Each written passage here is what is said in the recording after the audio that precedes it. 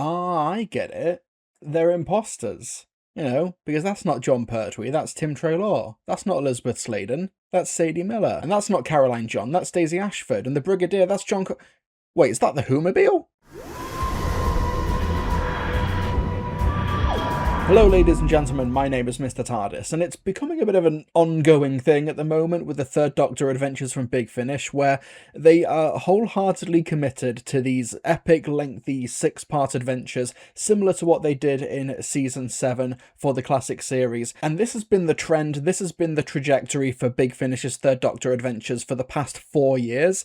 And I honestly think it's kind of running out of gas now. That's not to say there haven't been good stories to come out of this, like Intelligence for War or The Quintessence, but when my main takeaway from stories like Operation Vengeance, The Brain Drain, Revolution in Space is that this could have been a 4-parter, I think we have some fundamental issues with the structure here. Now, Kaleidoscope was one of those good 6-part stories, and that was written by Alan Barnes, who returns here with the Third Doctor Adventures, The Imposters. Now, this is set way late into Season 11, as in between Invasion of the Dinosaurs and Planet of Spiders, because we have Sarah Jane with the Third Doctor, and we have the Whomobile here. So the plot of The Imposters is that the Doctor, the Brigadier, and Unit discover alien technology hiding in a girls' school, and the girl at the centre of this, Jessamine, played by Grace Darling, acquired the alien technology by breaking into what seems to be an abandoned military base. So while Unit are following this thread, Sarah Jane is investigating another separate military base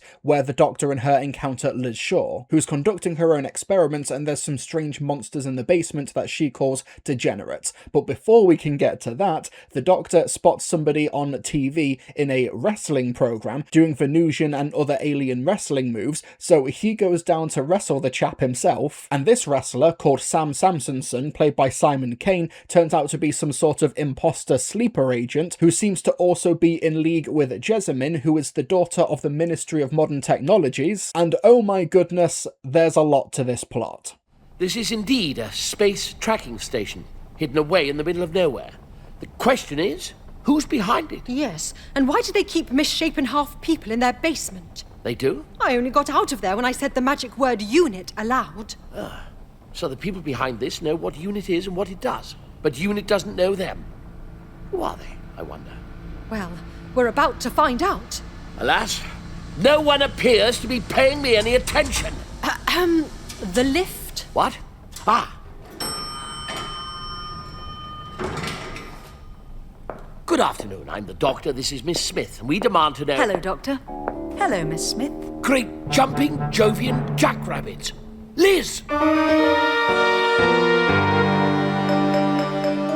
Now, I try and make a point of not watching or reading other Big Finish reviews before I get to my own, and that's not exactly difficult. Big Finish itself is really niche, which means that Big Finish reviews are nicher than niche. But going into The Imposters, it was kind of hard to escape the pretty frosty and negative reception of this story. This seems like one of the very rare Big Finish Doctor Who stories that breached containment. I still tried to keep an open mind while going into this, and you know what? For the first 3 or 4 episodes of The Imposters, I'm actually quite surprised at how well it held together. Now, I listed off all of those plot points earlier, but I am kind of surprised at how well the story has an internal consistency. Now, I think part 3 of the story, which is just basically pure exposition. It's just Liz Shaw explaining what on earth has been going on and why she's wearing a tinfoil hat. But in terms of the connective tissue, in terms of the story logistics that held these different plot points together, you know what? It passed the sniff test. But the issue with The Imposters is when we get to parts 5 and 6 and the story starts taking more and more fantastical twists and it starts throwing in more plot elements, even though we're barely establishing and fleshing out what's already been set up. Not to mention the premise of the story has already been done in Big Finish in recent years for Trials of a Time Lord with the 6th Doctor, and it was done significantly better then. But the main issue with The Imposters isn't necessarily that it's old hat in the stories that it's trying to tell, it's that there doesn't actually seem to be much point to the story. Alan Barnes is a Big Finish veteran writer. He is a very good writer, but I have no idea why he wanted to tell a story like The Imposters. Like, what is he trying to say? What is the commentary here? What's going on? I think the commentary of The Imposters is just, here's a fun madcap Doctor Who adventure. And that's fair, but I feel like there's so much character work just being left on the table, especially with Sarah Jane and Liz. One of the main appeals of this box set is that these two Doctor Who companions are meeting, and that Sadie Miller and Daisy Ashford will be able to act alongside each other. But honestly, there's zero character work here, and there's like basically no interactions between the two other than the Doctor. He's a bit frustrating, isn't he? And that's it. As soon as they meet each other, they separate again. I think they only have maybe like 4 or 5 minutes of dialogue with each other across all 6 episodes. It's a massive wasted opportunity. I was kind of hoping that there would be some character work for Sarah Jane and Liz to sort of dive into. It doesn't even have to be that complicated. I'm not saying that I want Sarah Jane to get jealous because, oh, you've travelled with other people apart from me across time and space, but then again, that literally was the plot of School Reunion, so that's entirely within the character of Sarah Jane Smith and something that she's not going to get over until the revived series. You know, I was kind of waiting for a scene where Sarah would talk to the Doctor about being jealous because the Doctor and Liz are able to bond and connect over their scientific knowledge, and Sarah Jane just doesn't have that. You know, maybe Sarah Jane as the Doctor's companion, maybe as a member of UNIT, she feels like a bit of an imposter. Haha, get it? And no, that's not exactly Shakespeare, that's not exactly complex, but I just thought of that off the cuff.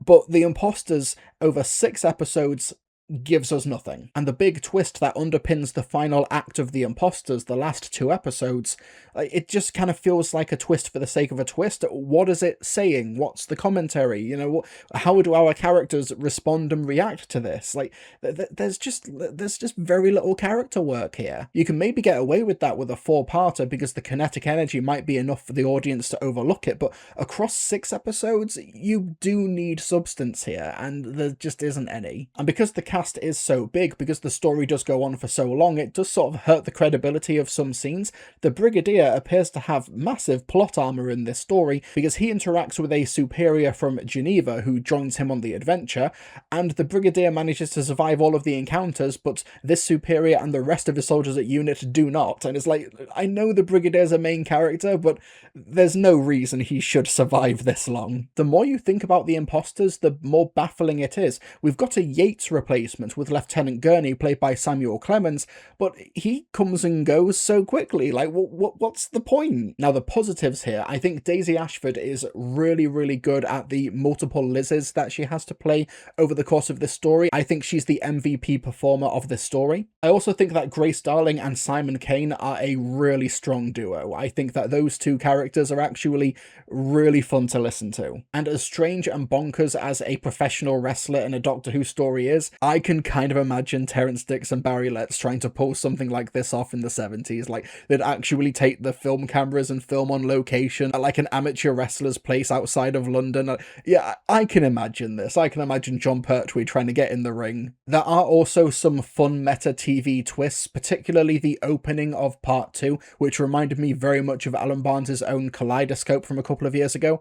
But honestly, I'd just rather be listening to Kaleidoscope. That's the stronger story. I don't know, maybe I just don't vibe that much with Alan Barnes as a writer. Like, no disrespect to him, his stories just generally aren't my cup of tea, like Conspiracy in Space from the Third Doctor Adventures Volume 8, which ends up being overshadowed by the brilliant The Devil's Hoofprints by Robert Valentine, and then the Fourth Doctor Adventures, The Hellwood Inheritance. I remember not really being a fan of that one either. I don't know, it kind of feels like kicking this story while it's down. Like I said, this story has not had a very positive reception to it, which is a big shame, particularly because the cast are really good, and those first 3 to 4 episodes, they are entertaining. You know, it just really does fall apart, and it just kind of makes you question, like, what's the point here and what is going on, and why have a story that brings in Sarah Jane and Liz Shaw and then not have anything to do with that? Like, that's such a strange decision. Like, you have to actively try to avoid interesting character work between these two in a 6-part Doctor Who story where you do have the time. I don't understand these creative decisions, other than we can't have that interesting stuff. Here's a wrestler. I don't know, the whole point of these 6 or 7-part stories is that you can have your cake and eat it too. You can have the big, bombastic, elaborate, twisty-turny plot, and the good character work, but with the Imposters, they took the easier path. This one's a bit of a shame. We've got another Third Doctor adventure coming out in October 2026. We don't know anything about it other than it has Tim Treloar as the Third Doctor. I don't know, I'm really hoping for 4-parters or just traditional volumed box sets again. I do really think that these 6 to 7-part stories, they have really run out of steam now. Or maybe we could return to the Third Doctor and Jo Jones. The Quintessence came out in October 2024. I think we're long overdue for a reunion there. But as for the Third Doctor adventures at the Imposters, not my cup of tea, unfortunately. You've got a great cast here. There's just not a lot on the page, unfortunately, and that's a shame. But thank you for watching my review of the Third Doctor Adventures at the Imposters. I hope you enjoyed it. Hit that like button, comment down below, subscribe, all that good stuff, and folks, I'll see you all next time.